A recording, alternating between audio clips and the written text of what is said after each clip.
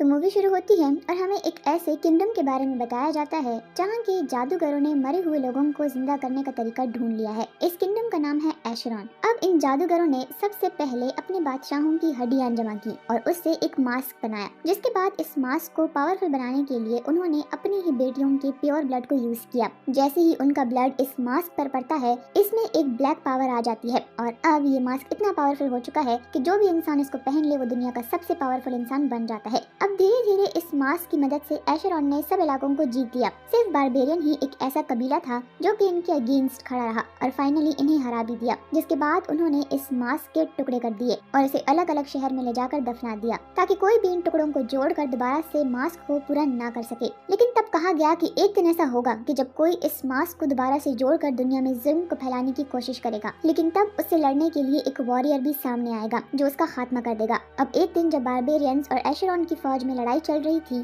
तो तभी कबीले के सरदार की बीवी जख्मी हो जाती है और मरने से पहले वो एक बच्चे को जन्म देती है जिसका नाम वो कोनन रखती है। इसके बाद सीन चेंज होकर हमें कुछ साल बाद का टाइम दिखाया जाता है जहाँ हम बारबेरियन कबीले को देखते हैं, जहाँ का सरदार सभी यंग लड़कों को रेस के लिए रेडी कर रहा होता है। तब सबसे लेट कोनन आता है जो कि सरदार का ही बेटा है, मगर सरदार उसे कुछ कहे बिना ही एक अंडा मुंह में दे देता है। दरअसल रेस के रूल्स ये थे कि इन्हें एक अंडा मुंह में रखते हुए रेस करनी थी और जो भी सबसे पहले रेस को खत्म करेगा बगैर अंडे को तोड़े वो रेस को जीत जाएगा। रेस शुरू होती है और सभी लड़के एक दूसरे से आगे बढ़ने के लिए भागते हैं। तभी वहाँ पर आदमखोर कबीले के लोग आ जाते हैं, जिससे डरकर सभी लड़के वहाँ से भागने लगते हैं। लेकिन कोनन वापस नहीं जाता और अब सभी कबीले के लोग उसे घेर लेते हैं, मगर कोनन बड़ी ही बहादुरी से उनसे लड़ता है। वहीं कबीले में सब कोनन के लिए परेशान थे, मगर तभी कोनन वापस आता है और उसके पास 3 आदमखोरों के कटे हुए सर थे। तभी वो अपने मुंह से अंडे को थूकता है, जिसका मतलब कि ना सिर्फ उसने उन आदमखोरों का मुकाबला किया बल्कि रेस भी जीत गया। ये देखकर सभी हैरान होते हैं। कोनन के फादर उसे कहते हैं कि तुम बहुत ही बहादुर हो और तुम्हें खुद पर और मेहनत करनी है। फिर वो कोनन को तलवार बनाना सिखाते हैं। तलवार बन जाने के बाद कोनन के फादर उसे तलवार चलाना भी सिखाते हैं, मगर कोनन हमेशा अपने फादर से हार जाता था। तब उसके फादर उसे कहते हैं कि तुम अभी इस तलवार को चलाने के काबिल नहीं हो, तुम्हें और मेहनत करनी पड़ेगी। अब एक दिन कोनन देखता है कि वो आदमखोर लोग उनके कबीले की तरफ आ रहे हैं। वो गाँव पर हमला करते हैं और सभी लोगों को बुरी तरह से मारने लगते हैं। कोनन के फादर उसे लड़ने की कोशिश करते हैं, लेकिन उनको पकड़ लिया जाता है और फिर उन आदमखोरों का लीडर खलार कोनन के फादर को कहता है कि मैंने नकाब के सारे टुकड़ों को जमा कर लिया है, मुझे पता है कि उसका आखिरी टुकड़ा तुम्हारे पास है, इसीलिए अगर अपनी जान चाहते हो तो मुझे वो टुकड़ा दे दो। मगर कोनन के फादर वो टुकड़ा देने से मना कर देते हैं। तब खलार का आदमी उन्हें टॉर्चर करने लगता है, मगर तभी कोनन अपनी तलवार से उस आदमी की नाक काट देता है, जिसके बाद कोनन को भी पकड़ लिया जाता है। यहीं पर खलार की बेटी मारिक को दिखाया जाता है, जिसके पास कुछ ब्लैक पावर्स थी। उन पावर्स का यूज करके वो पता लगा लेती है कि वो आखिरी टुकड़ा कहाँ पर है, जहाँ मारिक उसको ढूंढ कर अपने फादर को दे देती है। सारे पीसेस जोड़ने के बाद मास्क को पूरा कर दिया जाता है, मगर उसमें अभी तक पावर्स नहीं थी। उसके पावर्स को दोबारा लाने के लिए उन्हें प्योर ब्लड की जरूरत थी, जो कि उन्हें किसी प्योर लड़की से ही मिल सकता था।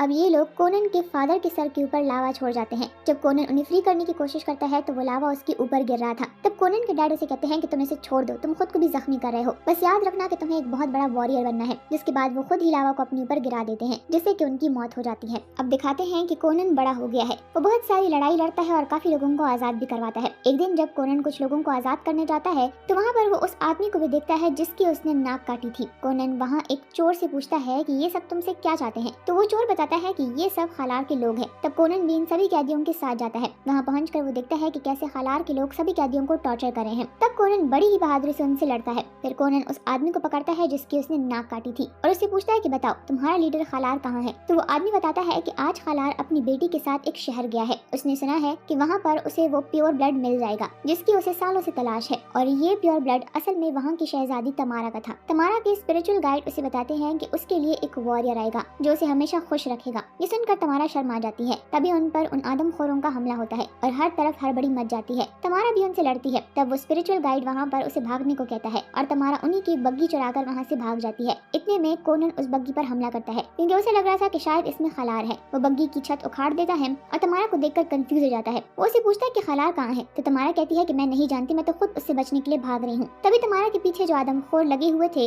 वो उस पर हमला करते हैं, मगर कोनन उन्हें सबक सिखाता है और तमारा को बचा लेता है। उन्हीं में से एक आदमखोर को वो कैदी बनाता है और अपने साथ चलने को बोलता है। रात में वो एक केव में रुकते हैं जहाँ पर कोनन उस आदमखोर से पूछता है कि खलार इस लड़की से क्या चाहता है। तो वो बताता है कि ये लड़की एजरत का खून है और इसका ब्लड प्योर है, इसीलिए खलार इसके पीछे है। तुम इस लड़की को मेरे हवाले कर दो तो मैं खलार से तुम्हें बड़ी रकम दिलवा सकता हूँ। अगले दिन कोनन उस आदमखोर को बांध कर दूर उछाल देता है, जिससे कि वो सीधा खलार के टेंट में जाकर गिरता है। उसके मुंह में एक कपड़ा था जिस पर कोनन ने खलार के लिए एक मैसेज लिखा था कि अगर तुम्हें ये लड़की कि चाहिए तो आकर मुझसे मिलो। जिसके बाद कोनन खलार का इंतजार करता है और वो अपनी बेटी मारीक के साथ वहाँ पर आ जाता है। खलार कोनन को पैसे देने की बात करता है तो कोनन कहता है कि मुझे पैसा नहीं, तुम्हारा सर चाहिए। तब मारीक अपनी पावर से वहाँ पर रेत के मॉन्स्टर्स बनाती है जो कि कोनन पर हमला करते हैं, मगर कोनन बड़ी ही बहादुरी से उनका मुकाबला करता है। जिसके बाद खलार और कोनन में फाइट शुरू होती है, मगर तभी मारीक अपने हथियार से कोनन को जख्मी कर देती है। जिसके बाद वो वहाँ पर आग लगाकर भागने की कोशिश करता है और किसी तरह से वहाँ से बचकर अपने एक दोस्त के पास जाता है जिसके पास एक शिप थी और वो उस शिप के जरिए वहाँ से निकल जाते हैं। उधर मारीक अपनी पावर से इनके बारे में पता लगा लेती है, जिसके बाद वो अपने कुछ आदमियों को उनसे लड़ने भेजती है। इनकी लड़ाई काफी देर चलती है, मगर ये सभी बहुत ही बहादुरी से लड़कर उनको मार देते हैं और अब कोनन अकेला ही खलार को मारने निकल जाता है, मगर वो अपने साथ अपना मैप ले जाना भूल गया था। तब तमारा उसे मैप देने जाती है, जहाँ रात होने की वजह से वो दोनों एक केव में रुकते हैं और उसी बीच ये दोनों काफी क्लोज भी आ जाते हैं। सुबह तमारा वॉक करने बाहर निकलती है तो तब मारीक उस पर अटैक करती है और उसे अपने साथ ले जाती है। जब कोनन उसे ढूंढने जाता है तो उसे वहाँ से मारीक का एक नेल मिलता है, जिससे वो समझ जाता है कि उसने उसे किडनैप कर लिया है